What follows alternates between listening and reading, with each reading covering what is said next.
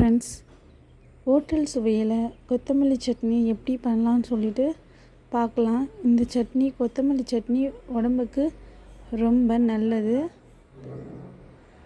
இந்த சட்னியை இட்லி தோசைக்கு வச்சு சாப்பிட்லாம். ஒரு கடாயில் தேவையான அளவு எண்ணெய் ஊற்றிக்கோங்க. எண்ணெய் நல்லா காஞ்சதும் உளுத்தம்பருப்பு சேர்த்துக்கலாம். உங்களுக்கு சட்னி எந்த அளவுக்கு வேணுமோ அந்த அளவுக்கு நீங்கள் உளுத்தம்பருப்பு சேர்த்துக்கோங்க. உளுத்தம்பருப்பு நல்லா ப்ரௌன் ஆகிற வரையும் நல்லா வதக்கி விட்டுக்கிறேன். வதக்கி விட்டதும் பச்சை மிளகா 2 எடுத்து இதில் போட்டுக்கிறேன். பச்சை மிளகா நல்லா பச்சை வாசனை போகிற வரையும் வதக்கிட்டு இப்போது கொத்தமல்லி இலையை அலசி வச்சுருக்கேன். அது கூட ஒரு துண்டு இஞ்சி சேர்த்துக்கலாம்.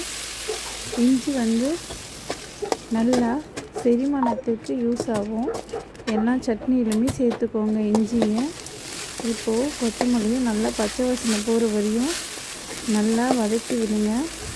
வதக்கி விட்டுட்டு இது கூட கொஞ்சமாக தேங்காய் சேர்த்துக்கோங்க. உங்களுக்கு தேங்காய் அதிகமாக சேர்க்கணும்னா அதிகமாக சேர்த்துக்கோங்க, கம்மியாக வேணுனாலும் கம்மியாக சேர்த்துக்கோங்க.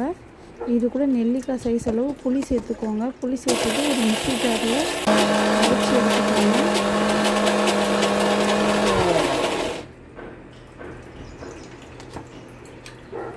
பாருங்கள் எந்த அளவுக்கு அரைஞ்சி வந்திருக்குன்னு. இந்த நேரத்தில் நம்ம கொஞ்சமாக தண்ணி சேர்த்துக்கலாம். தண்ணி சேர்த்து தான் ரொம்ப மழைன்னு அரைக்காமல் சட்னிக்கு கொஞ்சம் கொரப்பாக அரைச்சிங்கன்னா எப்போவுமே சட்னி நல்லாயிருக்கும்.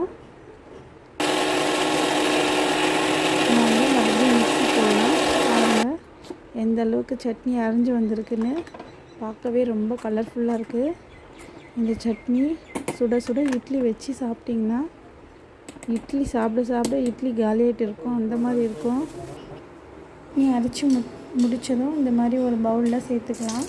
இப்போ தாளிப்புக்கு கொஞ்சமாக எண்ணெய், கடுகு, கருவேப்பிலை, வரமிளகாய் சேர்த்து தாளிச்சிக்கலாம். பாருங்கள் சட்னி எவ்வளோ கலர்ஃபுல்லாக இருக்குது.